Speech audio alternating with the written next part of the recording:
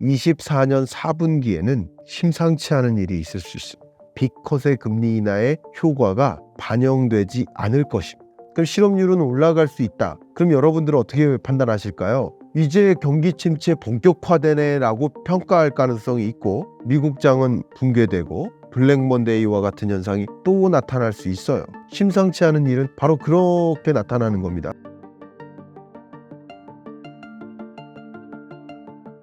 미국 연준이 빅컷을 단행했고 앞으로도 계속 금리 인하를 할 생각이 있다고 밝혔습니다. 연준의 입장이 갑자기 바뀌게 된 이유는 무엇인가요? 저는 연준의 입장이 갑자기 바뀌었다고 생각하지는 않고요. 이미 7월 FOMC 회의 성명서상에서도 명확히 선제적 지침을 제시했습니다.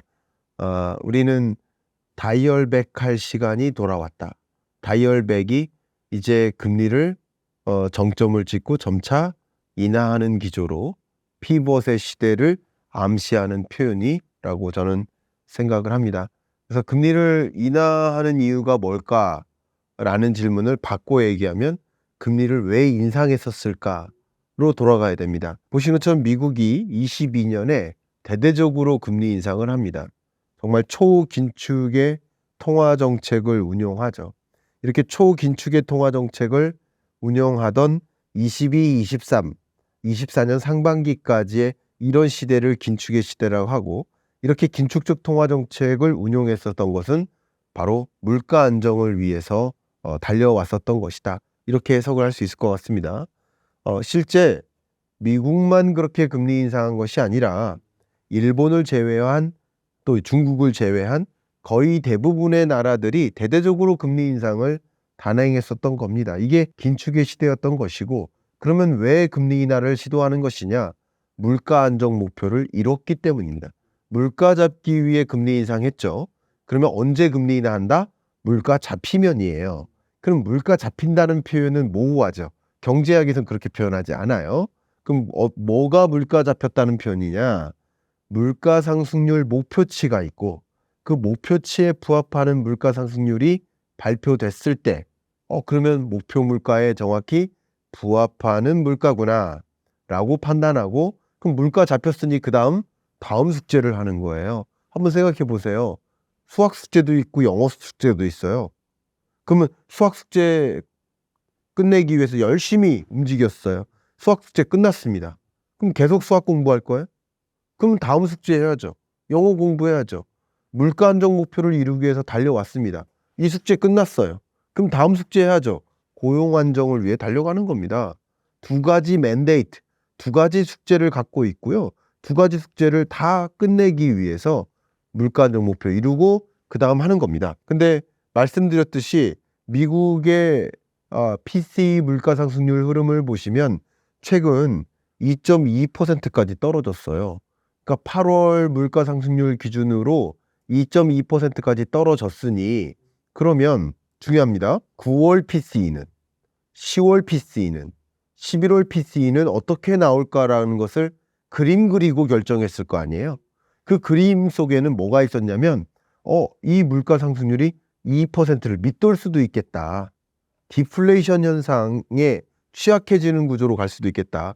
그러니까 5.5%의 금리는 디플레이션으로 몰고 올 수도 있으니 빨리 금리를 인하해서 디플레이션을 저지하자. 굳이 따지면 목적지가 있어요. 이 목적지가 여러분은 안 보이시죠? 여기가 벽이 있습니다. 지금 벽이 목적지예요. 전속력으로 달립니다. 근데 그 벽의 목적지에 다다를 때까지 전속력으로 달릴 겁니까? 아니죠. 그 앞에 언저리 가서는 속도를 줄여야 돼요. 그 속도를 줄이지 않으면 벽에 부딪히거든요. 그러니까 벽에 부딪힌다는 얘기는 너무 높은 금리를 오랫동안 유지해서 디플레이션 현상으로 나오게 될 수 있어요. 그러면 또 안 되거든요. 벽에 부딪히지 않는 범위 내에서 금리를 정상화하기 위해서 나름의 급브레이크를 밟은 것이다. 그래서 빅컷은 어쩌면 미국 경제도 우리나라도 마찬가지 디플레이션 현상에 놓이지 않도록 방어하기 위한 목적으로서 빅컷의 금리 인하를 한 것이다 라고 저는 평가하고 있습니다. 앞으로의 미국 경제 전망을 어떻게 보고 계신가요? 일단 정말 많은 분들이 금리 인하 했으니까 이제 경제 위기 오는 거 아닙니까? 이 질문을 많이 하세요. 그래서 저는 참 처음에는 되게 낯선 질문이었습니다. 금리 인하는 뭐예요? 경기 부양책이에요. 금리 인하하면 기업들의 투자를 좀 촉진하고 그럼으로써 일자리를 더 많이 양산하고 그래서 소득 수준이 늘어나고 소비를 진작하면 기업들은 또 적극적으로 투자하게 만드는 선순환을 유도하는 경기 부양책이 금리 인하예요. 근데 금리 인하한다고 왜 경제 위기가 온다고 주장하는지 이해가 안 가고요. 첫 번째. 두 번째, 선순환 구조상에서. 두 번째는 만약에 금리 인하하면 경제 위기 온다라고 판단했다면 그러면 연준은 금리를 왜 인하합니까? 경제 위기를 재촉하는 건가요? 세계 주요국들은 금리를 왜 인하합니까? 영국은 왜 인하하죠? 유로존은 왜 하는 거죠? 그러니까 금리 인하하면 경제 위기 온다라는 공식은 좀 깨주시면 어떨까라는 의견을 드려요. 그래서 제가 자주 드리는 질문이 이렇습니다. 비가 와요. 그럼 뭐를 준비해요? 우산을 준비해요. 그러면 우산을 준비하면 비가 옵니까? 그렇게 생각하는 거랑 뭐가 다르죠? 건물에 앞에 불이 났어요. 불이 나서 건물 앞에 소방차가 이렇게 줄 서 있어요. 그러면 불이 나서 소방차가 왔지 소방차가 오면 불이 납니까? 이게 통화 정책의 메커니즘상 금리 인하해서 경제 위기 오는 게 아닙니다. 경제 위기 와서 금리 인하하는 겁니다. 2008년, 9년 글로벌 금융위기 때 경제 위기가 찾아왔고 경제 위기에 대응하기 위해서 이제 경기를 부양시키기 위한 수단으로서 금리를 인하한 것이었죠. 마찬가지 2020년 팬데믹 경제 위기 때 경제 위기 찾아왔고 이 경제 위기에서 극복하기 위해서 경기를 적극적으로 부양시키기 위해서 금리 인하를 대대적으로 단행했었죠. 그러니까 이 통화 정책의 메커니즘상 경제 위기 왔었을 때 금리 인하한 것이지 금리 인하했었을 때 경제 위기 온 것이 아닙니다. 그러면 지금과 같은 상황은 어떤 것이냐? 지금은 그냥 목적을 이뤘기 때문에 다음 목적을 이루기 위해서 금리를 정상화하는 금리 정상화의 시대입니다. 그리고 금리 정상화의 시대니까 제가 피봇의 시대라고 책 제목을 정한 겁니다. 피봇의 시대인 거예요. 그래서 오히려 금리를 정상화해 나감에 따라서 실물 경제나 자본 자산 시장에 지금 이쪽이 다 목말라요.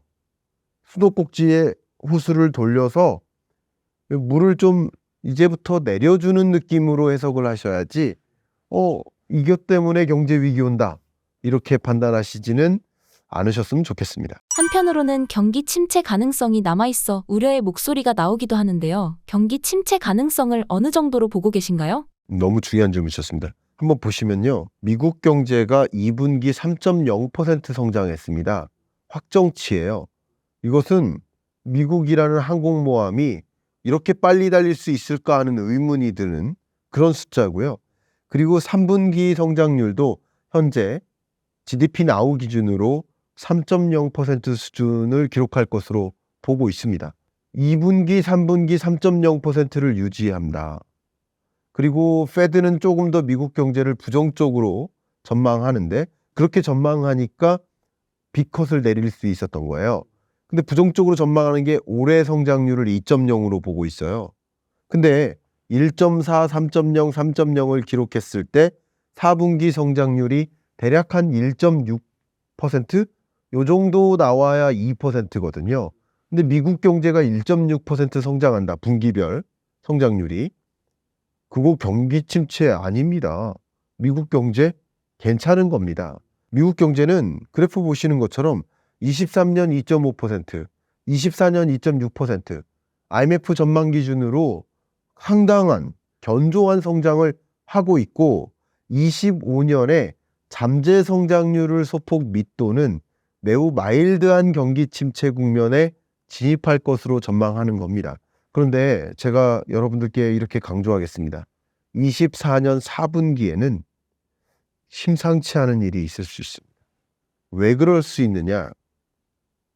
24년 4분기에는 9월 FOMC 회의 빅컷의 금리 인하의 효과가 반영되지 않을 것입니다. 그러면 이 금리 인하에 따른 영향은 통상 특히 고용 시장에 미치는 영향은 3개월이나 지나야 나타납니다. 그런데 이 10월 초에 발표되는 미국 고용은 9월 미국 고용이에요. 9월 실업률이에요. 그러면 B컷의 금리 인하 영향이 반영된 실업률이에요? 아니에요. 역시 10월에 발표되는 9월 실업률뿐만 아니라 11월에 발표되는 10월 실업률, 12월에 발표되는 11월 실업률도 역시 실업률은 올라갈 수 있습니다. 금리 인하에 따른 경기 부양 효과가 반영되기 전 단계예요. 그럼 실업률은 올라갈 수 있다. 그럼 여러분들은 어떻게 판단하실까요? 이거 중요한 겁니다. 그래서 여러분이 경기 침체 온다, 심각한 경기 침체 온다라는 가정하에서 고용지표 발표를 보면, 그러면 매월 첫째 주 금요일 날 미국 고용지표가 밤에 발표되는데, 그러면 그 고용지표가 어둡게 나와요. 실업률이 예를 들어서 4.5가 나와요. 그러면 이제 경기 침체 본격화되네라고 평가할 가능성이 있고, 시장은 그러면 그 금요일 밤 미국장은 붕괴되고, 그러면 또 그 다음 주 월요일 날 블랙 먼데이와 같은 현상이 또 나타날 수 있어요. 심상치 않은 일은 바로 그렇게 나타나는 겁니다. 그런데 그럴 때 여러분이 심각한 경기 침체 온다라고 가정하고 그 통계를 접할 때와, 아, 심각한 경기 침체까지는 아니네, 뭐 괜찮겠네, 그래도 심각한 건 아니고 원래 금리 인하의 효과는 반영되기 전 단계야, 9월 실업률이었어 라고 알아가는 과정에서 주가가 일시적인 조정과 급반등이 예견되겠죠. 그렇기 때문에 심각한 경기 침체라고 가정하고 내리는 의사결정은 아마도 내던지고 나오자가 되겠지만, 반대로 심각한 경기 침체는 아니야, 미국 경제 아직은 괜찮아, 마일드한 경기 침체야, 그리고 금리 인하의 효과가 나타나면 또 고용도 괜찮아질 거야 라고 여러분들이 만약에 가정하신다면, 오히려 내던지지 않고 조정됐을 때 기회라고 생각하시는 분들도 계시겠죠. 이렇게 어떻게 전망하고 전체 큰 그림을 가늠하시느냐, 전제하시느냐에 따라서 의사결정이 달라지잖아요. 그만큼 여러분들의 의사결정에 이런 경기 판단을 제대로 하시는데 도움이 될 수 있도록 조언을 드리니까, 정말 제가 말씀드린 대로 그런 경우로 4분기에는 심상치 않은 일이 일어날 수 있겠다라고 의견 드리고 싶습니다. 미국의 통화 정책이 바뀌면 투자 방식도 달라져야 할 텐데요. 내년에는 돈이 향하는 곳이 어디가 될까요? 피벗의 시대는 점차 수도꼭지를 여는 거예요. 반대로 긴축의 시대는 수도꼭지를 꽉 잠그는 거예요. 왜 잠궈지느냐? 금리가 올라가니까 돈이 은행으로 쏠렸기 때문이에요. 근데 쏠려있던 은행의 자금이 시장으로 풀려나오는 과정이 수도꼭지를 푸는 거라고 설명드려요. 그런 관점에서 좀 의견을 드린다면, 일부는 실물 경제로도 갑니다. 근데 일부는 자본시장, 자산시장으로도 가죠. 근데 이 주식시장에는 다소 여러 변수들이 있어요. 과잉 경기 침체 공포감, 또 엔캐리 청산 공포, 이런 것들이 작용될 여지가 있어서 조정과 반등을 반복하는 변동성이 큰 장이라고 저는 판단을 합니다. 그런데 반면 부동산 시장은 이런 공포감이 상대적으로 역작용을 해요. 무슨 말이냐? 주식시장으로 돈이 흘러가는 게 우리 한국 경제로서는 유리해요. 좋은 거예요. 그래서 기업이 신규 투자하고 M&A도 활발하게 이루어지고 경제가 선순환되는 거예요. 고용시장도 괜찮아지고. 근데 주식시장으로 안 가고 그럴 때마다 부동산 시장으로 돈의 이동이 일어나는 안타까운 일이 있을 수 있습니다. 그래서 조금 더 이런 시장을 좀 관측해 본다면, 수도꼭지를 열었지만 그 수돗물이 다소 부동산 시장으로 조금 더 많이 가고, 또 이 자본시장에는 들어갔다 빠졌다 들어갔다 빠졌다 하면서 더 많이 들어가는, 기본적으로 금리 인하는 주식시장에 긍정적이에요. 다만 몇몇 변수들로 하여금 그 변동성이 심한 장이다라고 의견을 드리고 싶은 거고요. 그리고 앞에 말씀드렸었던 실물 경제도 일부의 수돗물이 들어가는 구조다. 다만 실물 경제적으로는 그동안에 쌓여 있었던 고물가 고금리의 압력이 계속 작용하는 국면이기 때문에 당장 그 효과가 나타나지 않기 때문에 24년 4분기, 25년 1분기 정도는 특히 좀 어려운 국면이라고 판단할 수 있겠습니다. 과거 미국의 금리 인하가 있었을 때 미국 경제는 어떤 패턴을 보여왔나요? 미국 경제가 보통 경제 위기 왔었을 때 금리 인하를 대대적으로 단행했고 경제 성장률도 급반등했죠. 항상 마이너스를 기록하고 급반등하고 그랬었기 때문에 실물 경제적으로는 경기 부양 효과가 있다라고 저는 생각을 합니다. 그래서 실물 경제적으로 미국 경제가 침체되는 거 아니야 하는 우려를 하시지만 오히려 그 침체되는 효과가 없이 나름의 골디락스와 같은 현상이 나타날 여지도 많이 있다. 이렇게 의견을 드리고요. 그게 금리 인하의 효과다. 실물 경기를 부양시키는 효과다라고 생각을 하고요. 그런 관점에서 이번에 OECD 경제전망 보고서에서도 굉장히 의미심장한 부제를 던졌어요. 그 부제가 뭐냐면 turning the corner. 그 사이클을 타는데 코너를 돌고 있다라고 설명한 거예요. 근데 코너 돌 때 사고 나요? 직선 도로일 때 사고 나요? 코너 돌 때 사고 나요? 사고 날 위협도 있어요. 그러나 그 사고 날 위험만 좀 잘 견뎌내면 직선 도로를 활주할 수 있다라는 의미로 해석을 하시면 좋겠습니다.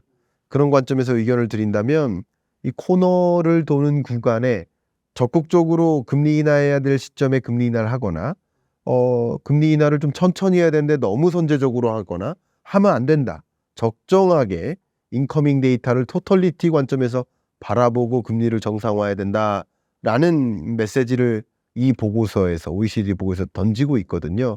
바로 그 말씀을 저도 드리고 싶어요. 어쨌든 엔캐리 청산 공포나 또 미국 경기 침체 공포, 경기 침체가 아니라 경기 침체 공포예요. 이런 현상들이 주식시장에 하방 압력을 주고 또 실물 경제적으로 부작용을 줄 수 있기 때문에 좀 터닝 더 코너, 이 코너를 도는 구간은 아슬아슬한 변수들이 있을 수 있다. 그런 것들을 잘 구분해 내신다면 모래가 좀 깔려 있는 구간을 터닝할 때 잘 피해서 터닝 하신다면 여러분들이 잘 25년 경제를 맞이할 수 있지 않을까. 가장 중요한 이야기 앞에 말씀드렸던 그 실물 경제와 자본 자산 시장이 갭이 벌어져서 따로 움직인다라는 이런 멘트를, 그런 문장을 꼭 기억해 주시면 좋지 않을까 의견 드리고 싶습니다. 오늘 많은 얘기를 해주셨는데요. 이번 신간에서는 어떤 내용들이 더 담겨 있을까요? 물론 이제 중국 경제 얘기도 다루고요.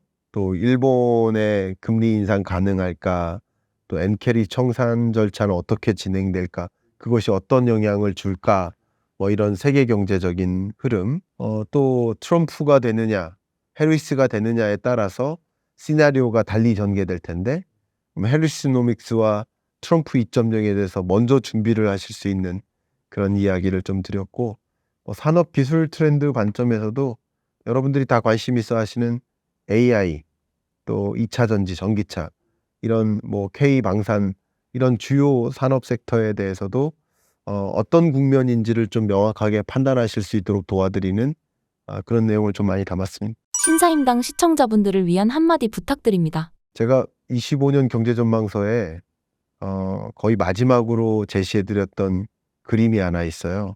그게 아테네 올림픽 장면입니다. 그 아테네 올림픽에서 100m 경주를 하는데 그 달리기 하는 모습이, 방법이 다 달라요. 근데 그 중에 우승한 사람이 있습니다. 그 우승한 사람이 지금의 정형화된 100m 달리기 기법이 됐습니다. 크라우칭 스타트라고 해서 이게 땅을 박차는 반발력을 활용한 모델이라고 볼 수 있겠습니다. 저는 이 그림을 가지고 여러분께 전해드리고 싶은 메시지는, 어제의 공식은 어제의 숙제를 풀기 위해 적절했어요. 근데 어제의 공식을 오늘 숙제를 해결하기 위해 활용하면 안 됩니다. 왜냐하면 오늘 숙제는 어제와 달라졌기 때문입니다. 그러니까 2024년 하반기 25년 경제는 이제 긴축의 시대가 아닌 피봇의 시대이기 때문에 그 피벗의 시대에 적절한 100m 주법을 고민하셔야 되지 않을까 하는 의견을 드리고, 오늘 여러분께 전해드린 이야기들이 2025년에 달리기는 어떤 주법으로 해야 적절할까라는 것을 좀 고민해 볼 수 있는 계기가 되셨기를 바라는 마음, 그 마음 전해드리고 싶습니다.